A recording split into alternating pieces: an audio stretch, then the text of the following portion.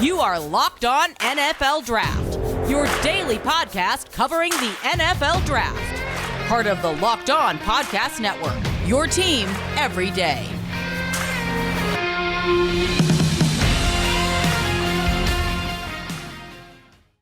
Welcome to the inaugural episode of the Locked On NFL Draft version 3.0 with myself, former NFL and AFL defensive back and host of the Locked On NFL Chiefs, Ryan Tracy. Welcome back. We know you guys have been waiting for a Locked On NFL show for quite a while. All kudos to Trevor and Ben. I'm glad that they got where they got, but we're going to start over. This is version 3 of the Locked On Draft. Kudos to John Leonard from Mountain before. And we're going to get started today with what is a really interesting season, talk about a couple of prospects that we really like, and give you an idea of what we're going to do with this show. It is going to be a daily show, just like everything else on the Locked On Network. We're going to keep it quick hitting. We're going to be here about a shorter show, give you our opinions from our backgrounds.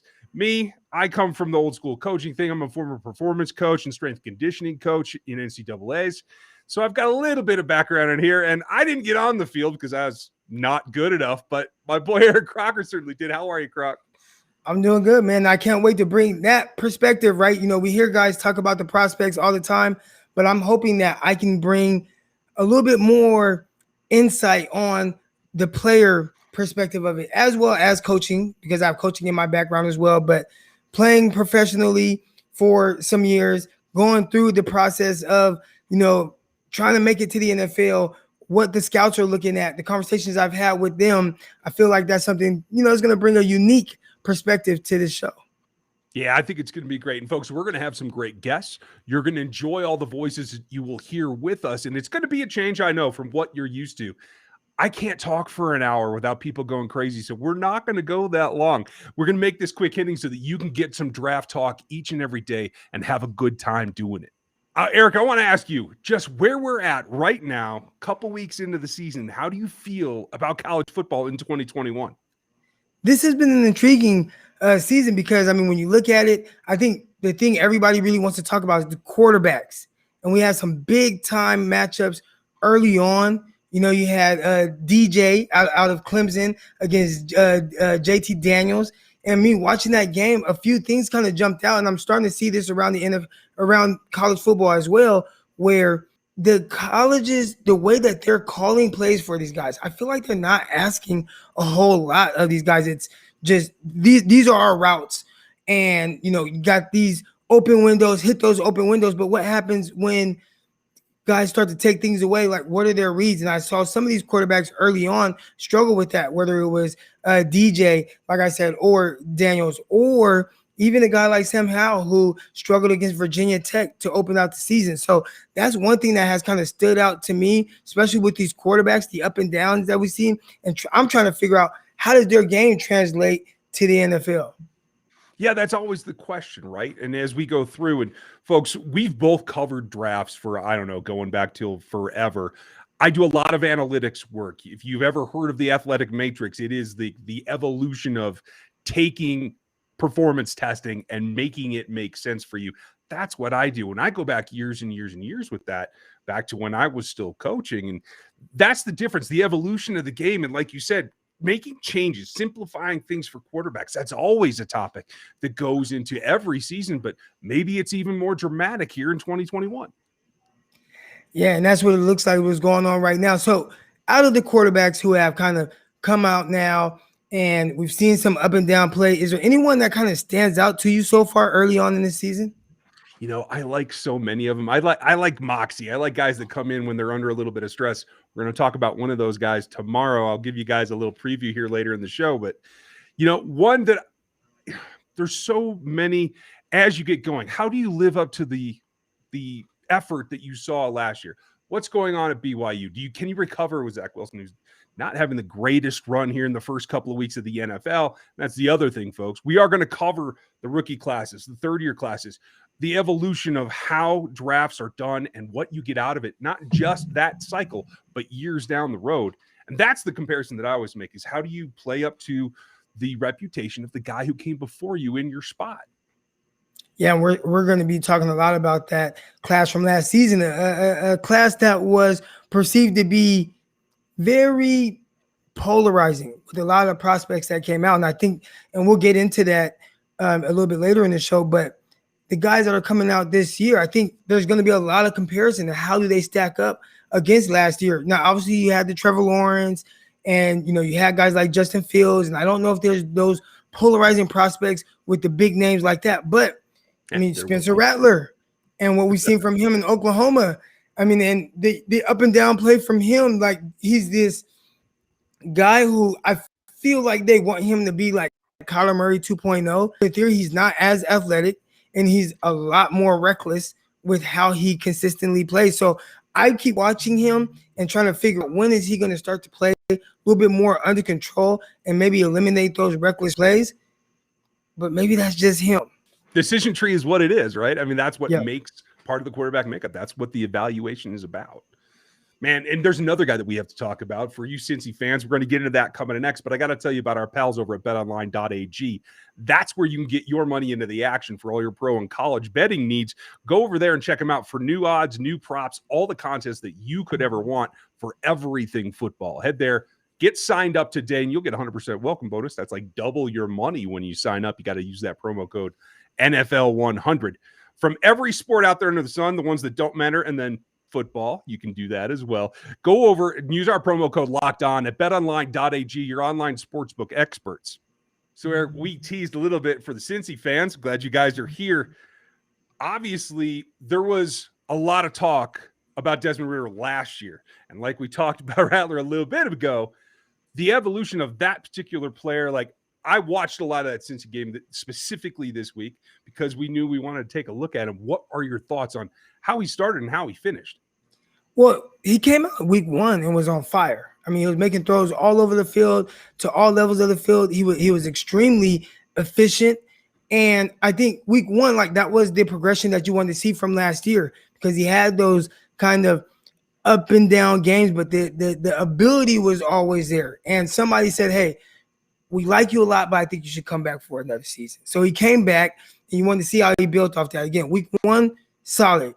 Week two, again, not so much. Now, they ended up pulling away late, but watching him throughout that game, I feel like all the inconsistencies that he had shown previously, they're still there. And, I mean, when you are this late, like you're a senior now, or redshirt junior, he's been around for a while.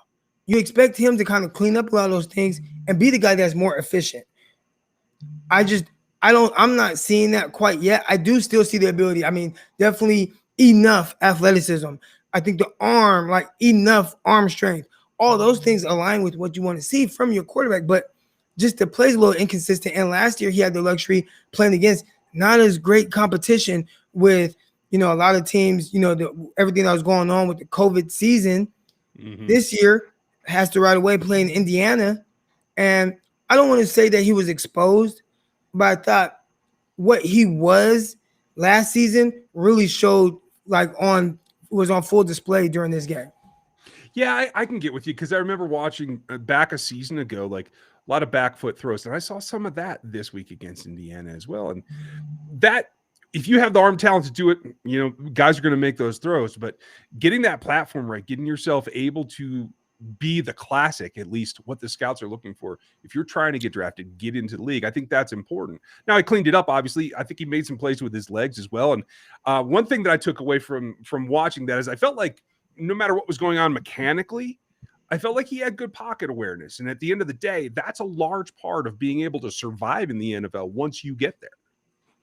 Yeah. And even, I mean, there was a game last season where it felt like he was under duress the entire game. And that was against Georgia in the bowl game. Mm-hmm. But you can see things like if you're looking for like just certain traits that you feel like translate over to the NFL, well, that was one of them. And I think we've consistently seen that part.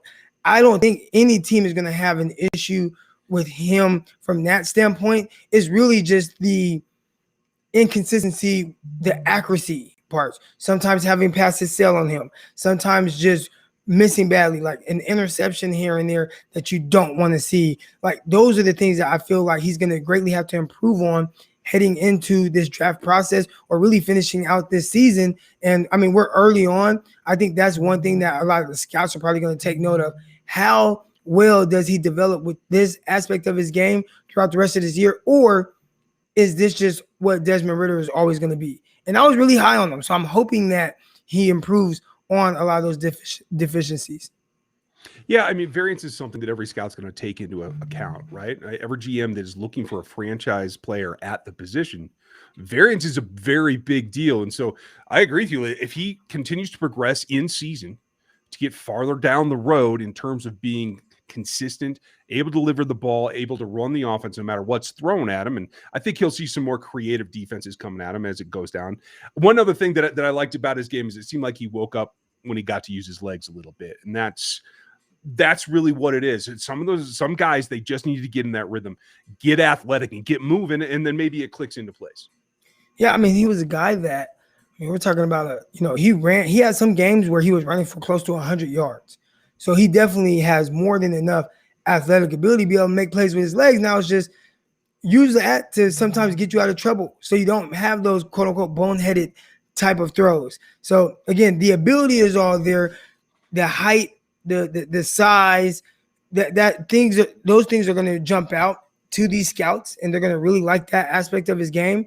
But the inconsistency part might make him more of a wild card. So instead of being maybe a top first round pick, he can kind of maybe work his way out. I don't know if you remember Deshaun Kaiser a few years ago, but he was a guy who it felt like had all the tools, but slipped to the second or third round for whatever reason. And I'm hoping Desmond Ridder doesn't have that type of season to where he's viewed in that light.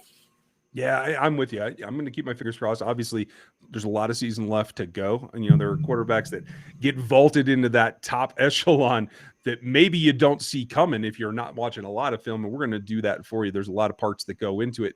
When we get back, we're going to get into a couple of more plays from the weekend that really stood out to us. And I got to tell you about our friends over at rockauto.com. That's how you can get parts for your car or truck. Maybe not a team, but it's just as important for you when you're living your life.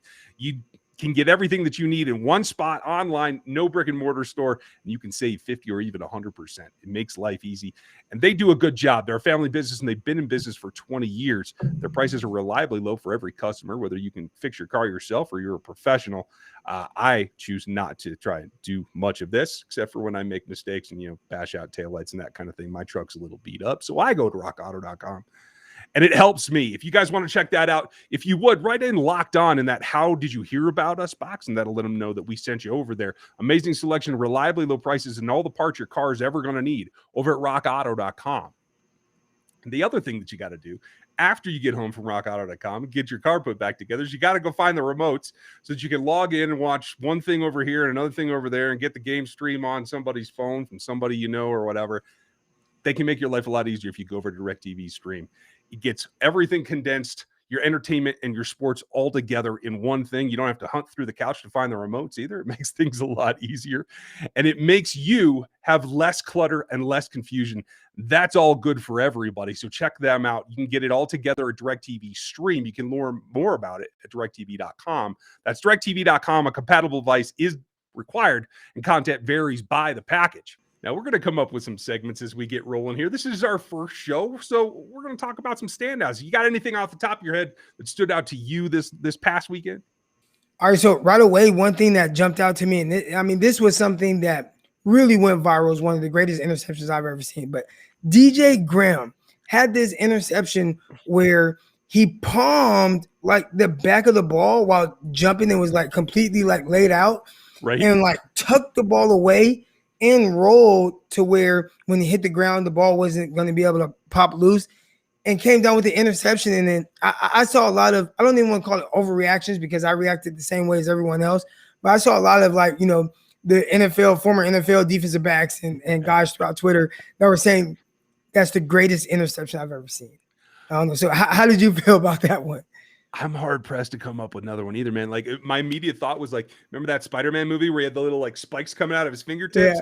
Yeah. To catch that on the backside. It's one thing to get in position to get your hand under it, right? But that's not the way it came down. And the twist of the whole thing, that's acrobatic, that's body control, that's some of the athleticism that doesn't get measured in testing that I always look for. So like he's got a nice asterisk on my watch list here now just because of that one play. I know my wife hated to see it because she's a Husker fan, so sorry about that one, but that's the way things roll sometimes. Was there anyone or anything that kind of stood out to you from college football this weekend?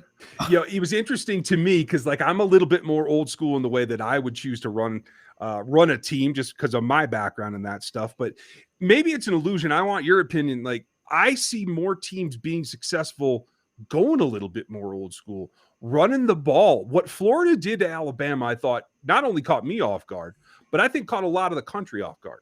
So yeah, watching that game against Alabama against Florida, it was really cool to see Emory Jones come out. I mean, some people have been kind of up and down on him, others like Richardson, but it was really good to see Jones, the way that he played and stayed composed throughout the rest of that game after falling behind early, coming back, using the ground game, utilizing his legs to make plays, and tried to make a play. I don't know if it was a botched handoff or whatever at the end of the game where they were going for a 2-point conversion and it ended up falling, but that was the difference in the game. And then they weren't able to get a stop after that to be able to get the ball back. But just overall, I mean, most people didn't think that Florida even had a chance to play in that game. But I thought the run game between the quarterback and the running backs there at Florida allowed them to stay in that game against Alabama.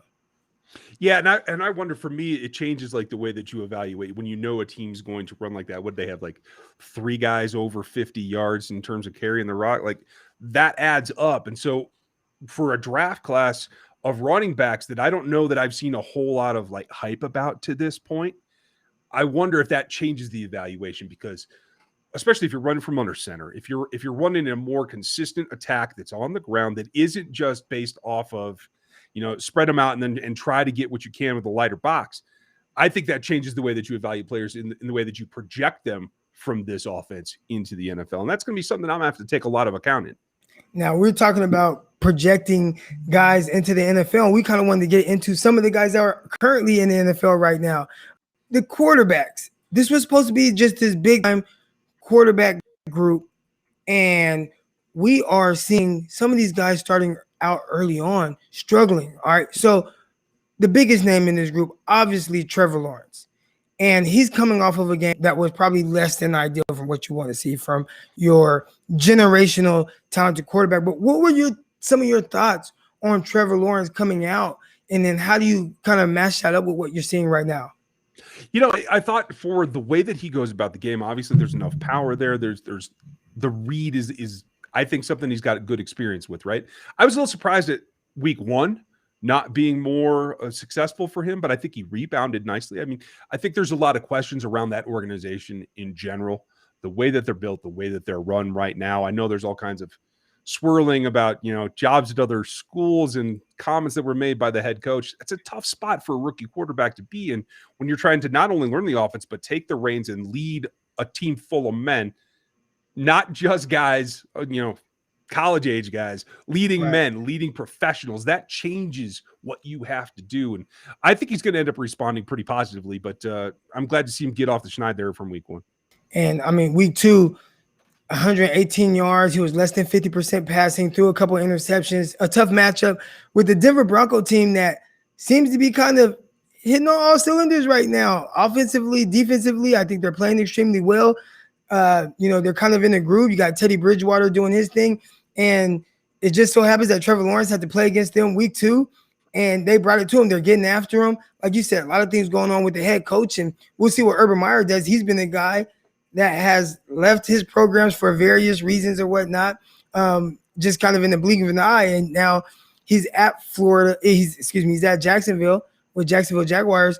And a lot of people are kind of, like you said, speculating like the USC job. Is there a job in the college landscape that he might like? And again, you're right. That is something that can be extremely difficult for a guy, Trevor Lawrence, who already has the pressure of being the generational talent. But I thought, coming out of Clemson, everybody says generational with Trevor Lawrence, but I saw certain things to me where he had question marks just like everyone else. And a lot of it was kind of overshadowed by his ability to just throw the ball up and have Ross come down with the ball or have teams come down with the ball. And now in the NFL, where windows are smaller, windows are tighter, maybe you don't have Travis Etienne breaking off these big runs and you have to do a little bit more. Seems like that's starting to get him in trouble. Now, that's not to say that he's not talented. Clearly, he's extremely talented, had a big touchdown down the right sideline to Marvin Jones. He's able to make those plays, but right now the game is kind of moving a little fast for him. And we saw it in another play down the left seam where a tight end, he was kind of late getting to the tight end down the seam on the left side. And in college, he probably could get there late and make that throw. In the NFL, the windows close extremely quick, and he's kind of finding out the hard way right now where he makes that throw and boom, interception, ended up having 2 interceptions in the game. Another quarterback that kind of came out and was struggling, Zach Wilson. I checked my phone, and we were in the third quarter, and he has 4 completions and 4 interceptions. And Zach Wilson, I mean, he's a guy that thought he had a lot of talent, moved around extremely well, made all these off-platform arms, things like that. But there were a couple big question marks with him. One, the durability, that hasn't been an issue right now, but also the strength of schedule in which they played last year. And BYU being clearly better than a lot of the teams that they were playing against and things that he was able to do in those games. Sometimes there were bailout balls, on the ball in the air, and his receivers are just coming down with passes. But you see the ability is there. But now in the NFL, where you have to play a little bit more with timing and anticipation, he might be struggling a little bit with that. Yeah, and I do want to throw out Rest Greg Knapp. Greg Knapp was going to be part of his development there. And with that accident to him and losing a coach that's going to be able to guide a young quarterback, I think that's significant too. So like I'm giving him a lot more leeway this season in my evaluations than maybe I would have if that hadn't happened. But I want to ask you one more before we wrap for today, folks, and we're going to give you a little preview. I got something for you that's been on my mind. Trey Lance got into the game week 1, didn't see him much week 2. Is this gamesmanship from Kyle Shanahan, or is this picking your situations to put a young quarterback in a good place to be successful? Well, Kyle Shanahan, man, it's always hard to tell. He came out after the week 1 game and said, well, I didn't really plan to play him. Just saw an opportunity to get him in the game on the first drive of the game. He throws a touchdown pass, ran him a few more times in that game. And then you think, well, okay, week 2 against Philadelphia Eagles, he's going to utilize him even more. There was a bone fracture thing or chip on his finger. So he missed like a week leading up to the week 1. So we assumed he'd be more a part of the game plan heading into the Philadelphia Eagles game. And the only time he saw the field was when he was warming up before the drive, throwing the ball back and forth with Jimmy Garoppolo. So it was interesting to see him not see the field. I wonder what it's going to take for him to at least assert himself into this offense to where there's a clear plan for him, because right now it seems like there is not one. We're going to have to see how that goes along. I'm very interested, though, because I was pretty high on him in my rankings there pre-draft. But, folks, that's going to do it for us today. We have a lot coming for you. In fact, for you Ted Lasso fans, we're going to talk about a team tomorrow that can make you remind you of that show a little. Jackson, you're going to see him. We're going to talk about him, and I think there's a lot going on out there at SC. So for Eric Crocker, I'm Ryan Tracy. Welcome to the new Locked On NFL Draft. You guys have a good one, and we will talk to you tomorrow.